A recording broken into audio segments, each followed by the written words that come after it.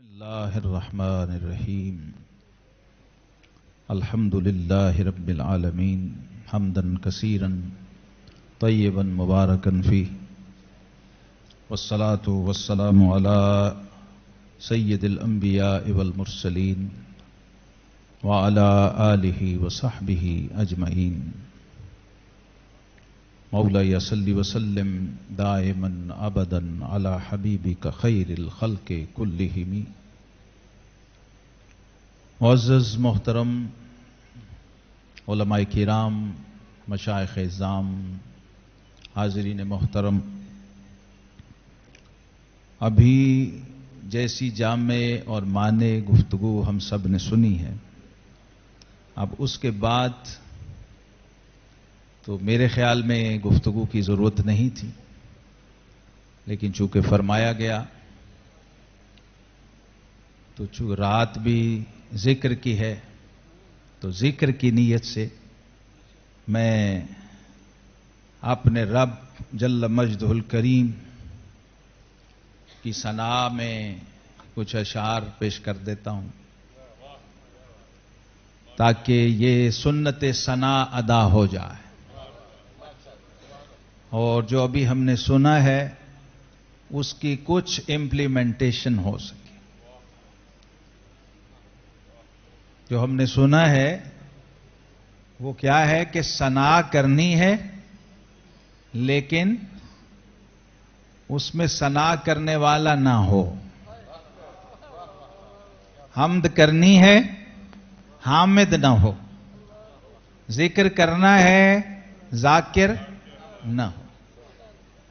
تو آپ دیکھیے عرفاء اور صوفیاء کو اللہ نے کس درجے کی بلاغت عطا کی ہوتی ہے. میں قبلہ کی گفتگو سن رہا تھا تو مجھے حضرت سیدنا فرید الدین مسعود گنج شکر قدس سرہ العزیز کا ایک چھوٹا سا پنجابی ٹکڑا یاد آ رہا تھا. یعنی کل گفتگو کا سمندر اس کوزے میں بند ہے، اور وہ کیا ہے کہ اللہ اللہ کو اللہ رہے تے تو نہ رہو. یہ سمجھیے ڈاکٹر صاحب کی پوری گفتگو ہم نے کیپچر کر لی، اس کا پورا کریکس اس بابے کی توجہ روحانیت نے ہمیں عطا فرما. اب آپ یہ ساتھ لے جائیے اور یہ کوئی نہ کہے کہ مجھے پتہ نہیں ڈاکٹر صاحب نے کیا کہا ہے، یا میں یاد نہیں رکھ سکا، یا میں سمجھ نہیں سکا. اللہ اللہ کو اللہ رہے تے تو نہ رو. پھر کہیے اللہ اللہ کو اللہ رہے تے تو نہ رو. اب دیکھیے یہ ہمیں ٹارگٹ دیا گیا، الٹیمیٹ ٹارگٹ یہ ہے کہ آپ نے پہلے خود کو بنانا ہے اور پھر خود ہی خود کو مٹانا ہے، اور بنانا بھی بہترین ہے کہ جو اس بارگاہ میں ڈسپلے کے قابل ہو. ایسا نہیں کہ جیسے بھی ہیں اٹھ کے آ گئے، ایسا نہیں. حکم نص ہے، خذوا زینتکم عند کل مسجد. نص ہے نا. اہتمام بتائے گا، تمہارا گیٹ اپ بتائے گا، تمہارا ظاہر بتائے گا کہ تمہارے باطن میں کیا ہے. تو اس لیے ایک اور ہمارے سلسلہ نقشبندیہ کے بڑے بزرگ شرک پور شریف میں حضرت شیر ربانی میاں شیر محمد شرک پوری رحمت اللہ تعالی علیہ. اب صوفیوں کے ہاں کوزے میں دریا بند ہوتا. ایک مولانا صاحب آئے تو انہوں نے کہا حضور کوئی نصیحت فرمائے. تو آپ نے فرمایا بیلیا اپنے رب نو اپنے تو بہتر سمجھا کر. بس اب اور کیا باز کریں، اور کیا اپنے رب نو اپنے تو جو ابھی رب کو رب ہی نہیں سمجھ رہا وہ عبادت کب کرے گا؟ بہتر سمجھنا یا برابر سمجھنا.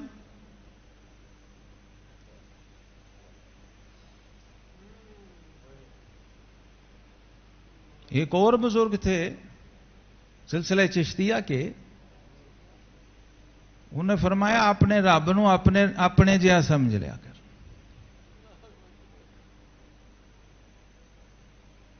یہ لیول تو دے دو کم از کم. یعنی جو جتنا اپنا خیال رکھتے ہو، اپنی عزت نفس کا، اپنے رائٹس اور حقوق کا، اپنی انانیت اور انا کا، اتنا تو اس غنی و بے نیاز کو دے دو.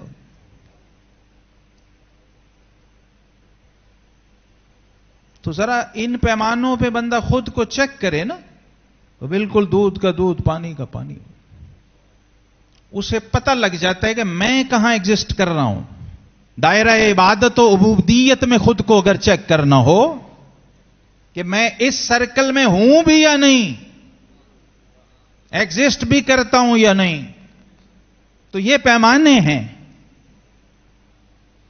اور پھر سید العابدین کی بارگاہ میں جائیے، جہاں عبادت بھی دست بستہ کھڑی ہوتی ہے، جہاں عبودیت بھی خیرات لے رہی ہوتی ہے، اور جہاں ابدیت کا تاج رب ذوالجلال معراج کی رات اپنے محبوب کے سر پہ سجاتا ہے، وہاں بھی خود کو چیک کیجئے کہ ہم بندگی کے دائرے میں ہیں بھی یا نہیں. آپ اشتہار دیکھیے، فلیکسز دیکھیے آج کی، تو آپ کو سوائے بندے کے ہر مقام ملے گا. حضرت سب کچھ ہیں، غوث بھی، کتب بھی، قیوم بھی، مجدد بھی، مجتہد بھی، امام بھی، عبد نہیں ہے. اور وہاں کیا ہے؟ وہاں ابتدا میں بھی سبحان الذی اسری بعبدہ ہے، اور وہاں جو کلائمیکس ہے، پیک ہے، عروج ہے، اور انتہا ہے اور منتہا ہے، وہاں بھی فَأَوْحَى إِلَىٰ عَبْدِهِ مَا أَوْحَىٰ. تو کیا یہ ایک چھوٹا سا میسج ہے؟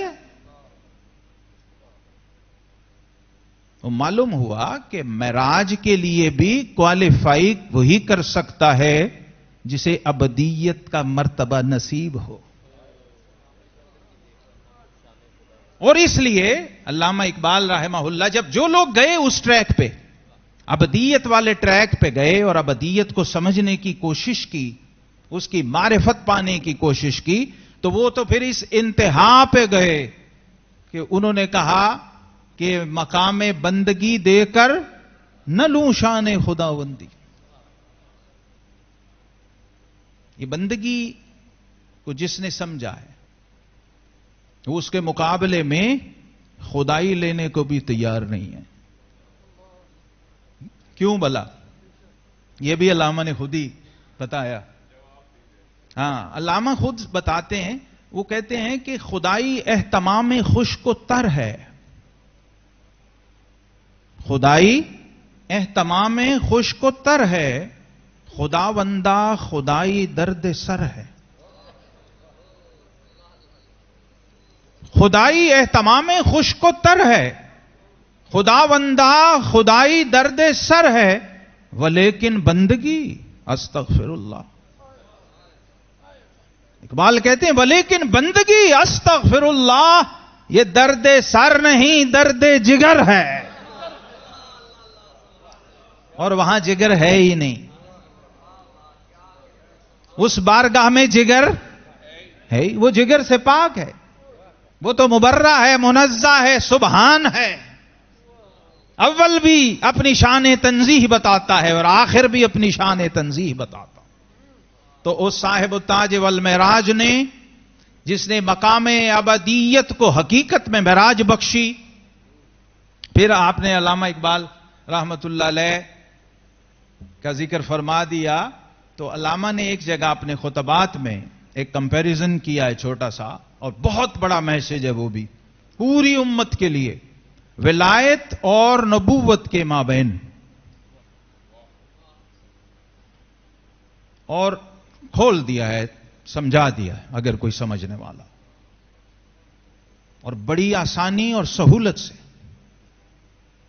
اسی معراج پہ وہ کہتے ہیں کہ حضرت شیخ عبد القدوس گنگوہی رحمہ اللہ فرماتے تھے کہ حضور علیہ الصلوۃ والسلام معراج پہ گئے اور پھر واپس تشریف لے آئے، لیکن اگر ہم جاتے تو کبھی واپس نہ آتے.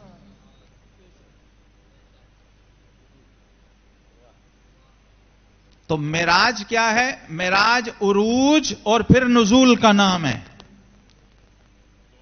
ہاں، معراج صرف جانے کا نام نہیں ہے.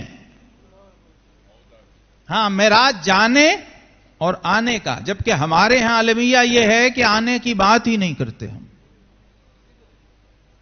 جبکہ یہ جو یقین کیجئے یہ جو آنا ہے نا وہ جانے سے بھی اہم ہے. اور ہمارا جو لنگر تھا وہ آنے میں تھا.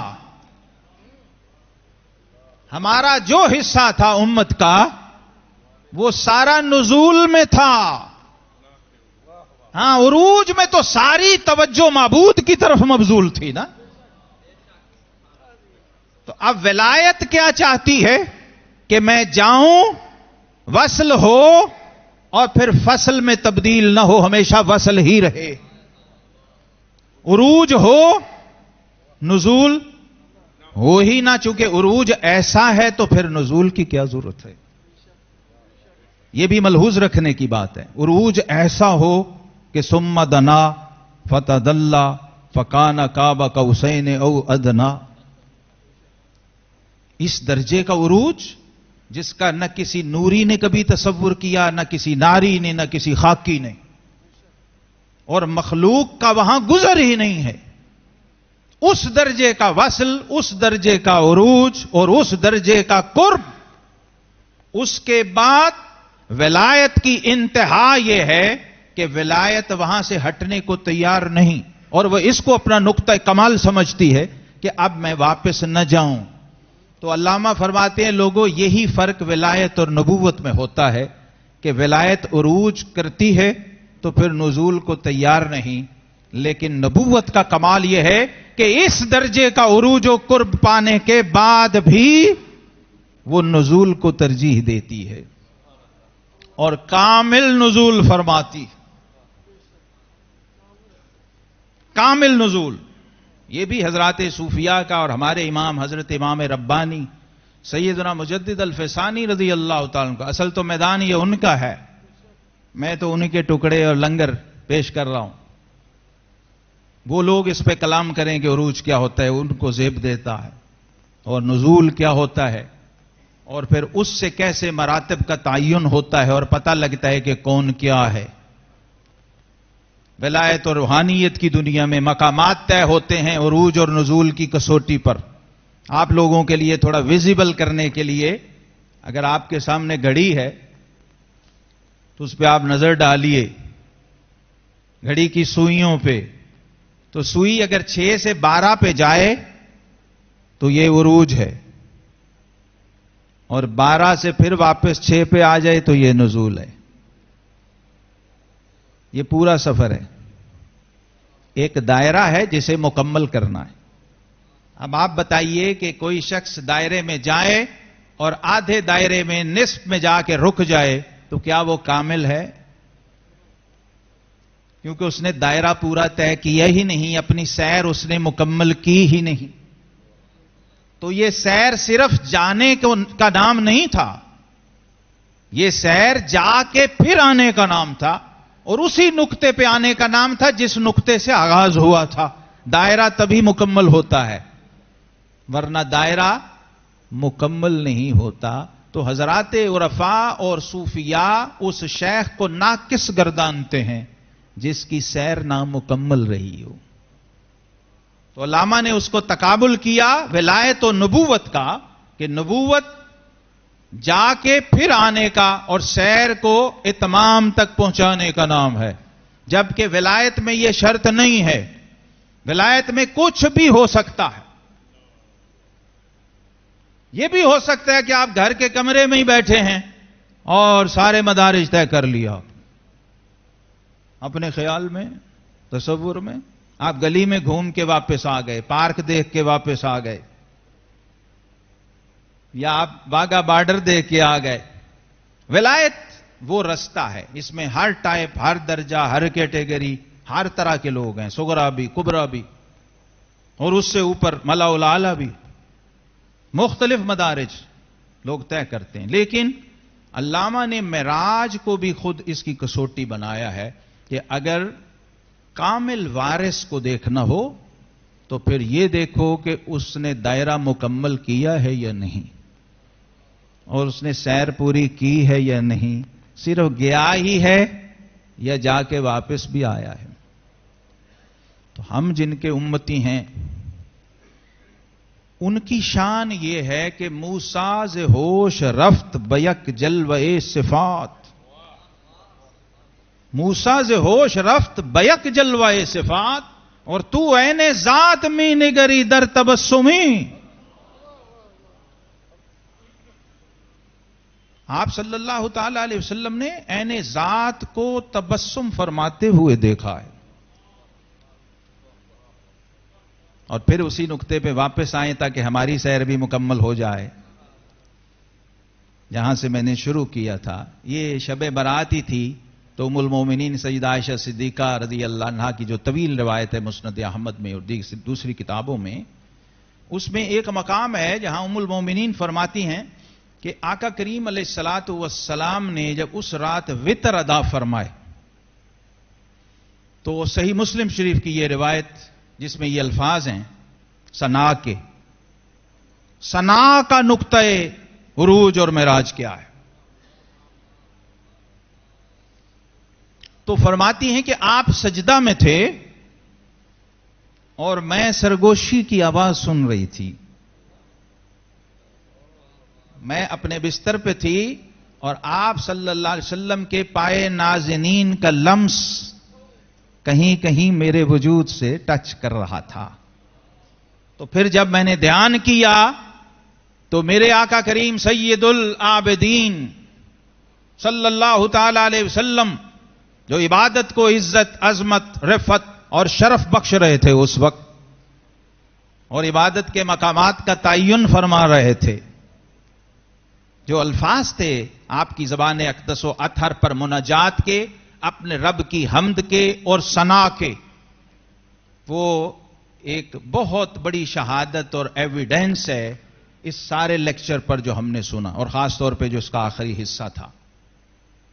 اس میں سید الکونین صلی اللہ تعالی علیہ وسلم اپنے رب کی تسبیح فرما رہے ہیں اور دعا کر رہے ہیں، اور یہ آج کی رات کا میرے خیال میں اس سے بڑا مسنون وظیفہ اور کوئی نہیں ہے کہ آقا کریم علیہ الصلوۃ والسلام نے وہ سارے مدارج انہی الفاظ میں بیان فرما دیے ہیں، اگر کوئی سمجھ لے۔ اپنے رب کی بارگاہ میں مناجات بھی ہے، عبادت بھی ہے، ذکر و تسبیح اور تحمید بھی ہے۔ اللہم انی، اللہم اعوذ برضاک من سخطک واعوذ بمعافاتک منک لا احصی ثناء علیک۔ اللہم اعوذ برضاک من سخطک واعوذ بمعافاتک من عقوبتک واعوذ بک منک۔ اس سے عجیب ٹکڑا آج تک میں نے قرآن اور حدیث اور اپنے کسی مطالعے کی کبھی کسی سطر میں نہیں پڑھا۔ اعوذ بک منک، اور جہاں معراج ہے بندے کی وہ وہی مقام نفی ہے، لا احصی ثناء علیک۔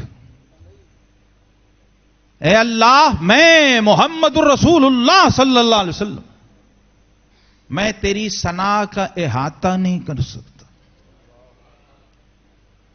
لا احصی ثناء علیک انت کما اثنیت علی نفسک۔ تو حقیقت میں وہ ہے کہ جیسی ثنا تو نے اپنے لیے خود فرمائی۔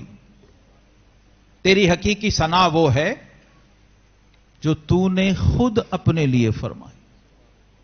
حاضرین محترم، یہ سورہ فاتحہ اگر اس کی معرفت کسی کو نصیب ہو جائے صرف تعارف کی حد تک، تو آپ یقین کیجئے کہ اس سے بڑا خوش نصیب آدمی روئے زمین پہ نہیں. سیدنا علی المرتضی شیر خدا باب مدینۃ العلم کرم اللہ وجہہ الکریم، جو خود کو با کا نقطہ فرماتے ہیں، بسم اللہ کی با کا فرماتے ہیں کہ کل علوم جو اللہ نے قرآن میں رکھے وہ فاتحہ شریف میں ہے، جو فاتحہ میں رکھا وہ اسرار و رموز وہ بسم اللہ شریف میں اس کا خلاصہ، اور جو بسم اللہ شریف میں ہے وہ بسم اللہ کی با میں، اور جو با میں ہے وہ با کے نقطے میں، اور فرمایا وہ با کا نقطہ میں ہوں. اس لیے علامہ نے کہا اللہ اللہ بائے بسم اللہ پدر، اللہ اللہ بائے بسم اللہ پدر، اور معنی ذبح عظیم آمد پسر. جب باپ بسم اللہ کی با کا نقطہ ہو تو پھر بیٹا ذبح عظیم کی تفسیر نہ ہو تو اور کیا ہو.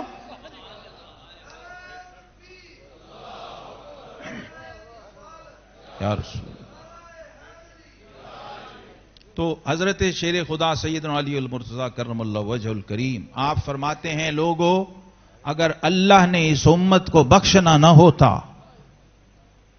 جناب شیر خدا کی معرفت یہ ہے سورہ فاتحہ پہ، اگر اللہ نے اس امت کو بخشنا نہ ہوتا تو اسے کبھی سورہ فاتحہ نہ دیتا.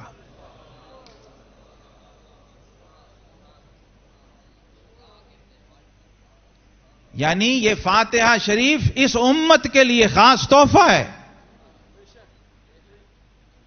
تو فاتحہ تک ہی پہنچ جائیں تو الحمدللہ کام ہو جاتا. دباچہ قرآن ہے، خلاصہ قرآن ہے، سب المثانی ہے، اور یہ اس کی ایک جہت تھی جو آج ہم نے دیکھی ہے. ایک پہلو تھا سورہ فاتحہ شریف کا، یہ اس کی مکمل تفسیر نہیں ہے. اس کے 17 نام ہیں. کتنے؟ 17 نام.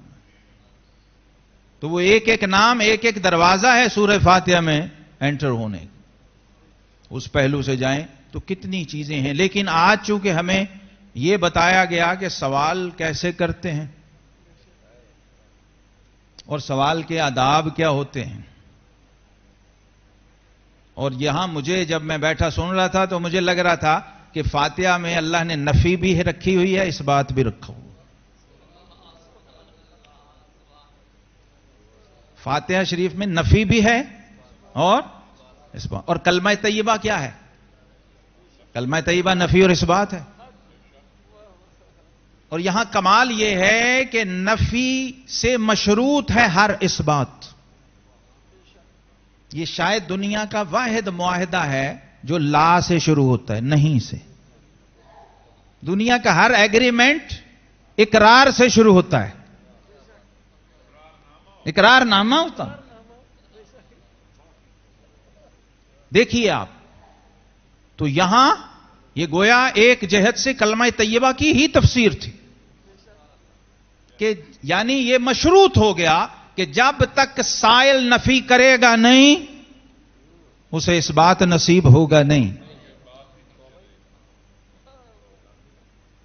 تو حضور سیدنا غوث اعظم شیخ عبد القادر جیلانی رضی اللہ تعالیٰ عنہ اس کی تفسیر میں آپ کا بھی ایک لنگر اور تبرک وہ بھی شامل کریں کہ آپ کیسے ہمارے مشائخ ہمارے مرشدین کیسے رہنمائی کرتے ہیں سائل کی، مرید کی، سالک کی، کہ اگر آ گیا ہے تو خالی نہ جائے. میری بھی کل زندگی کا یہ ایک ہی درد ہے کہ امتی مدینے والے کا ہے، بیٹھا بھی مسجد میں ہے اور ہے بھی شب برات. تو اب اگر آج بھی یہ خالی گیا تو بھرے گا کب؟ یہ میرے اندر ایک مستقل کوشچن مارک ہے جو آج پہلی بار میں نے مائک پہ بیان کیا، کیونکہ یہ سٹیج ایسا ہے، فورم ایسا ہے، یہاں کئی چیزیں بندہ شیئر کر سکتا ہے جو عام جگہوں پہ نہیں ہو. امیر جمع ہیں احباب حال دل کہہ لیں، امیر جمع ہیں احباب حال دل کہہ لیں، پھر التفات دل دوستاں رہے نہ رہے۔ تو ماشاءاللہ مسجدیں بھری ہوئی ہیں، آ رہے ہیں، آواز بھی آ رہی ہے، پروگرام بھی ہے، لوگ بیٹھے، لیکن وہی بات ہے کہ کیا جانا ہی معراج ہے؟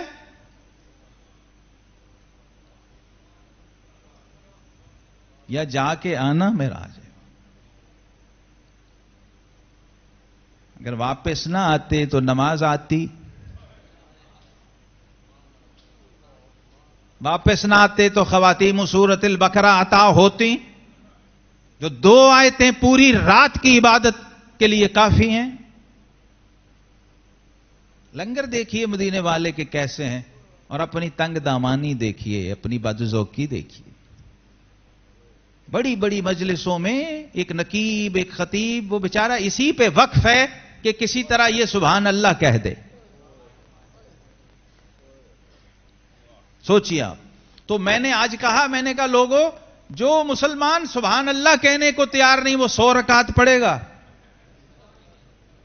ہم بچپن سے بڑے ہو گئے وہ پرچہ دیکھتے ہوئے کہ 10 رکعتوں سے لے کے 100 خود ہی بنایا ہوا ہے، من گھڑت اور جعلی، خود ساختہ، کسی ضعیف روایت میں بھی نہیں، موضوع جعلی روایتیں ہیں۔ اور بعض تو میرا چونکہ یہ سبجیکٹ ہے، موضوع روایات پہ میرا کام ہے، موضوع کتابوں میں بھی علامہ جوزقانی سے لے کر علامہ عبدالحی لکھنوی تک سب الحمدللہ میں نے کھنگالا ہے، بعض روایتیں اس میں بھی نہیں ہیں جو کل امت کا موضوعات کا ذخیرہ ہے، اس میں بھی نہیں ہے۔ خود ہی گھڑ لی، خود ہی بنا لی، تو بھائی عبادت تیری میری مرضی کا نام تھا؟ کیا اپنا ہی رانجھا راضی کرنے کا نام تھا؟ اس امت کی پروگرامنگ تو ذرا چیک کرو کیا ہے پیچھے سے۔ میرے کل تحقیق کا خلاصہ یہ ہے کہ اس امت کی پروگرامنگ کوانٹٹی پہ ہے ہی نہیں، یہاں ہر کمال کوالٹی سے مشروط کیا ہوا ہے۔ یہاں یہ پوچھتا ہی کوئی نہیں کتنی پڑی ہیں، یہاں تو پوچھا جاتا ہے کیسی پڑی ہے۔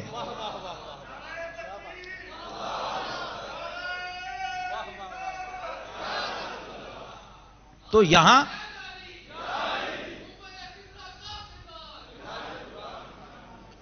یہ پروگرام ہے ہی نہیں۔ اگر یہ ہوتا تو پھر ہمیں شب برات نہ ملتی، ہمیں لیلۃ القدر نہ ملتی، ہمیں عاشورہ نہ ملتا، ہمیں یوم عرفہ نہ ملتا، ہمیں شب جمعہ نہ ملتی، ہمیں جمعہ نہ ملتا۔ بھئی یہ سارا جو پلان کیا گیا ہے وہ کیا ہے کہ آپ نے انہی شارٹ کٹس پہ جانا ہے اور یہیں سے اچیو کرنا ہے سارا۔ یعنی وہ جو خیر من الف شہر کا کانسیپٹ ہمیں دیا ہے وہ کیا ہے؟ وہ یہی ہے بھائی کہ تو نے اپنے 1000 منٹ کو 1000 مہینوں سے بہتر ثابت کر کے دکھانا ہے، پھر تو محمد مصطفیٰ کا امتی ہے۔ اب یہ آیت پڑھتے سنتے ہماری عمریں نہیں گزر گئیں کہ وَلَلْآخِرَةُ خَيْرٌ لَكَ مِنَ الْأُولَىٰ؟ کس علامہ کو یہ سمجھ آئی یہ آیت؟ کتنی مشہور آیت ہے۔ ہمیں کیا پلان دیا جا رہا ہے اور ہم کدھر بھاگے جا رہے ہیں؟ ہمیں 100 سے نکال کے 2 پہ لا رہے ہیں کہ بھائی تو 2 پہ تو آ اور بلال کی طرح پڑھ کے دیکھ، پھر تیرے قدموں کی آہٹ عرش پہ سنائی نہ دے تو پھر ہمیں پوچھ۔ تحیت الوضو کس کا تجربہ ہے؟ تحیت الوضو کو کس نے انجوائے کیا ہے؟ کس نے فلفل کیا ہے؟ کس نے اس طرح ادا کیا ہے؟ کس نے چاشت پڑھی ہے اس طرح؟ اشراق پڑھی ہے۔ اور کبھی ام المومنین سیدہ عائشہ صدیقہ رضی اللہ تعالی عنہا سے پوچھئے، اور صحابہ جاتے تھے پوچھنے کے لیے، کیونکہ تہجد امام الانبیاء والمرسلین صلی اللہ علیہ وسلم مجمع عام میں ادا نہیں فرماتے تھے۔ کان النبی صلی اللہ علیہ وسلم یصلی جمیع السنن والوتر فی بیتہ، یہ ہماری کتب فقہ اور منیت المصلی اور اس کی شروع کی عبارتیں بھری ہوئی ہیں۔ کل زندگی کا معمول سید الانبیاء والمرسلین صلی اللہ علیہ وسلم کا یہ ہے کہ کبھی بھی کوئی سنت کوئی وتر مسجد میں ادا نہیں فرمائے، صرف فرض کی جماعت مسجد میں. اور امت کو کیا فرمایا؟ صلاۃ المرء فی بیتہ افضل من مسجدی ھذا الا المکتوبہ. سنن ابی داؤد، ترمذی، نسائی، ابن ماجہ سب میں حدیث صحیح ہے. کیا لنگر دیا ہمیں کہ میرے امتی تو 2 نفل اپنے گھر میں پڑھ، ثواب میری مسجد نبوی سے بھی زیادہ. اور ایک موقع پہ فرمایا ھذہ صلاۃ البیوت، مخصوص کر دیا سنن کو، غیر فرائض کو، کہ یہ ہے ہی گھر کی نماز. اور پھر امر فرما دیا کہ گھروں کو قبرستان اور کھنڈر اور ویرانے نہ بناؤ، گھروں کے لیے بھی حصہ رکھو نماز میں مستقل. اور جو لوگ حاضر ہوتے ہیں وہ دیکھتے ہیں فاصلہ کتنا ہے. حجرہ شریفہ اور منبر پاک اور ریاض الجنہ میں کتنا ڈسٹنس ہے جی؟ ہائے ہائے ہائے،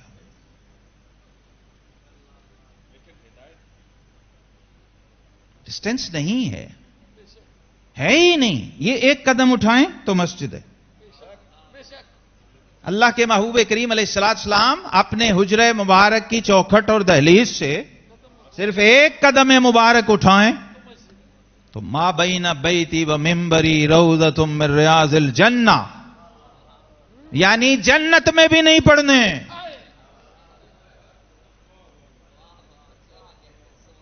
اور یہاں امتی عمرے کا ٹکٹ ڈھونڈ رہا ہوتا ہے. امت والے کی پلاننگ اور پروگرامنگ دیکھیے کیا ہے، وہ ہمیں کہاں پہنچا رہے ہیں. پھر شیر خدا علی المرتضی باب مدینۃ العلم، جنہوں نے خیرات پائی ہوئی ہے اس شہر کی، اس دروازے نے، اور جہاں سے وہ خیرات بٹتی ہے. پھر مجھے یاد آئے آپ فرماتے ہیں کہ اگر میرا رب مجھے اختیار دے کہ علی یہ جنت ہے اور یہ مسجد ہے، اس میں سے ایک لے لو. یہ دیکھیے اپروچ، یہ مسجد ہے، یہ جنت ہے، اس میں سے ایک لے لو. تو فرمایا میں مسجد لوں گا.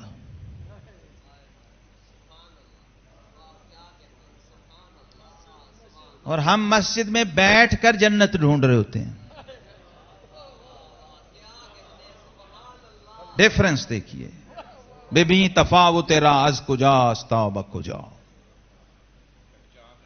یہ دیکھیے یہ کیا ہے. میں نے جب اس پہ غور کیا تو میں اس نتیجے پہ پہنچا کہ جنت میں مسجد نہیں ہے لیکن مسجد میں جنت ہے.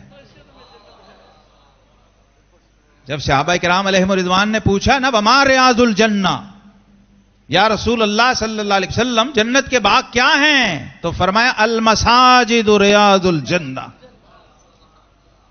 میری امت کی جو مسجدیں ہیں وہ جنت کے باغات ہیں. جنت کو انجوائے کون کرے گا؟ جو جنت کو جنت مانے گا. ہاں جی، آپ خود اپنے آپ کو چیک کر لیں. ابھی انسان کی ساخت اور بناوٹ اور نفسیات ایسی ہے کہ اس کی جیب میں آپ 1 لاکھ کا چیک ڈال دیں، اس کو خبر نہ ہو تو اس کی فیلنگز ایٹیٹیوڈز اور ہوں گے.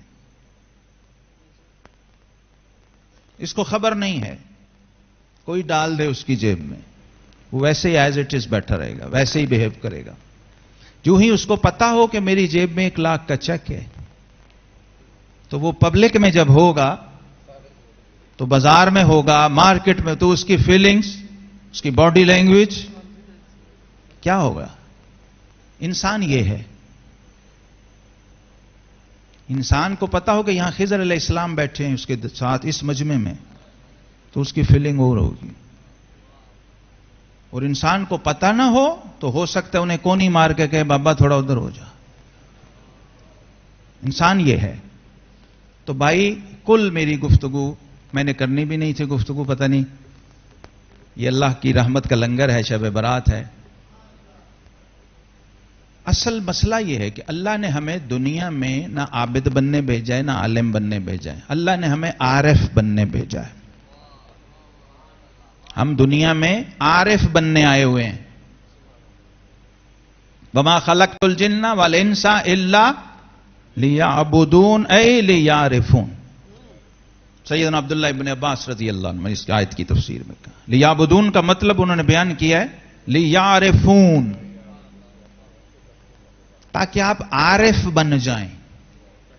عارف کا کمال یہ ہے، عارف کا کمال یہ ہے، حضرت قاضی ثناء اللہ پانی پتی رحمت اللہ لکھا ہے عارف کی ایک رکعت غیر عارف کی 1,00,000 رکعت سے بہتر ہے.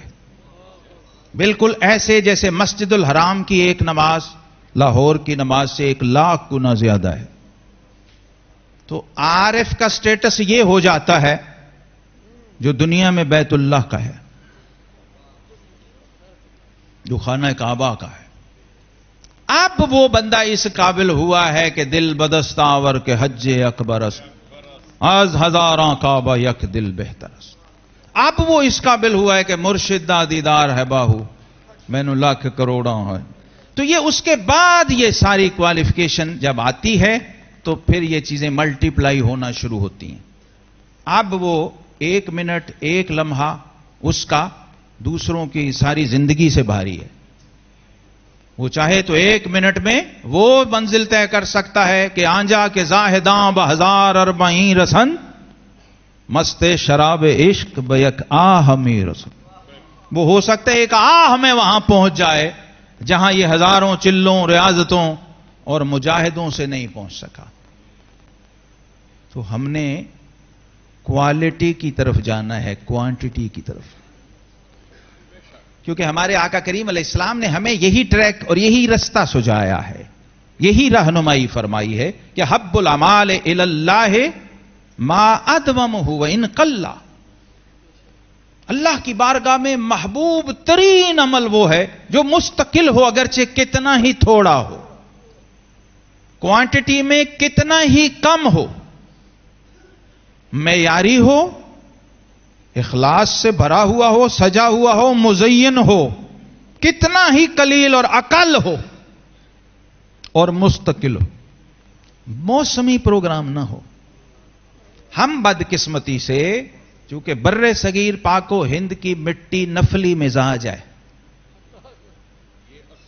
یہ میری ریسرچ اور سروے ہے، ہماری مٹی نفلی ہے. ہمیں فرض میں وہ لذت نہیں آتی جو نفل میں آتی ہے. ہمیں رات کے 1 بجے اٹھا کے آپ صلاۃ و تسبیح با جماعت پڑھائیں، بسم اللہ، فجر با جماعت نہ پڑھوائیں، ہے کہ نہیں؟ جبکہ ہمارے بزرگ ہیں، ایک شخص آیا سیدنا بشر حافی رحمت اللہ علیہ کی خدمت میں، تو اس نے کہا کہ حضور شعبان افضل ہے کہ رمضان؟ تو فرمایا کن ربانیا ولا تکن شعبانیا. میں خدا کے بندے شعبانی یا رمضانی نہ بن، ربانی بن. شعبان نے بھی سال بعد آنا ہے، رمضان نے بھی سال بعد آنا ہے، رب تو پورا سال تیرے پاس ہے اور تیرے ساتھ. تو رب سے کیوں نہیں تعلق بناتا؟ رب سے جزوی، موسمی، فصلی اور یہ عند ضرورت تعلق کیوں؟ اور پھر رب سے حساب کتاب کیوں؟ بندگی، عبادت، عبودیت وہ تو سب اس سے ماورا چیز ہے. تو ذرا سا بندہ معرفت کے دائرے میں چلا جائے نا، یقین کیجئے وہ اپنے ایک سبحان اللہ کہنے کو بھی انجوائے کر رہا ہوتا اس وقت. اس کے بغیر آپ کر نہیں سکتے. وہی بات کہ آپ عادت تو پوری کر رہے ہیں، عبادت نہیں. اور فرق دونوں میں ایک نقطے کا ہے. عادت میں نقطہ ڈال دیں تو عبادت، اور عبادت سے نقطہ نکال دیں تو عادت. تو بات پھر نقطے پہ آ گئی ہے. تو نقطہ دان جو ہو وہ عارف ہے.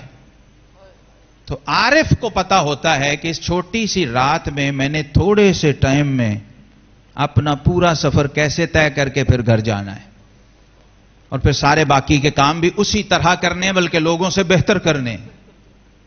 دوسروں سے اچھے کرنے، کیونکہ قرآن نے یہ عارف کی نشانی بتائی ہے، رجال لا تلہیہم تجارت ولا بیع عن ذکر اللہ. وہ مینا کے میدان میں بھی ہو تو 50,000 دینار کا روزانہ بزنس بھی کر رہا ہو اور ایک لمحہ یاد الہی سے غافل بھی نہ ہو، وہ عارف باللہ ہے.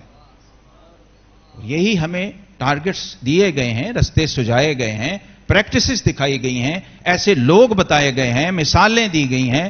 زندہ ہمارے پاس ایسے نمونے موجود ہیں کہ آپ ان میں سے کسی کو بھی فالو کر لیں. یہ سارے عرفاء ہیں، حضرات صحابہ کرام علیہم رضوان، سارے تابعین، اتباع تابعین، اولیاء کاملین، جو عرفاء ہیں جن کی سیر عروج اور نزول دونوں کامل ہیں، جو گئے بھی ہیں اور پھر آئے بھی ہیں.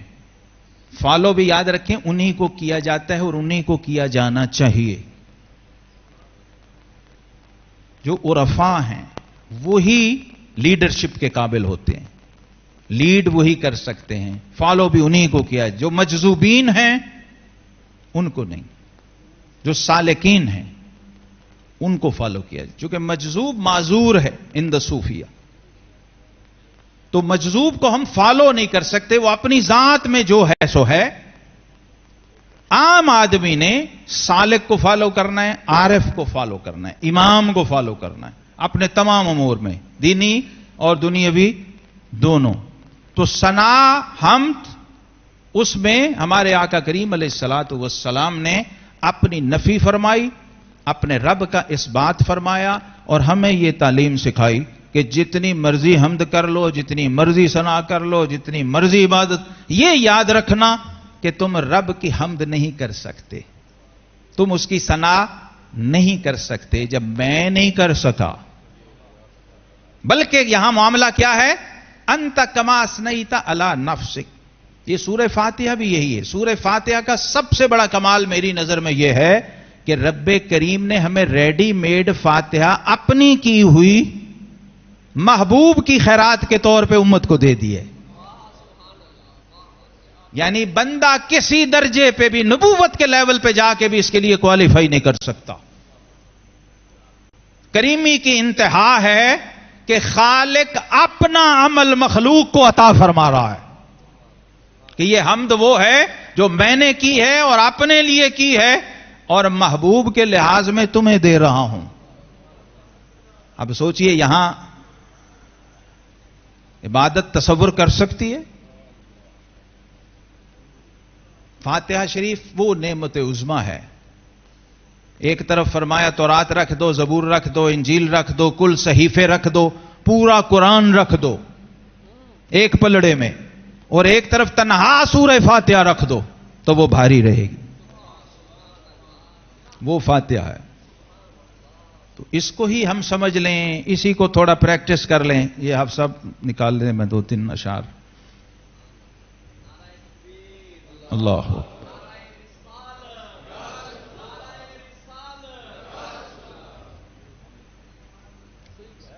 اپنے رب کی ثنا میں کچھ اشعار ہیں جہاں سے میں بات کرنے لگا تھا.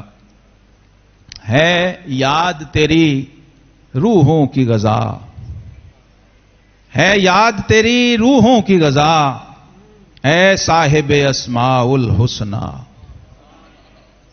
اے صاحب اسماء الحسنی، تذکار تیرے ہیں دل کی جلا، اے صاحب اسماء الحسنی. رحمان رحیم کریم غنی، رزاق علیم حکیم ولی.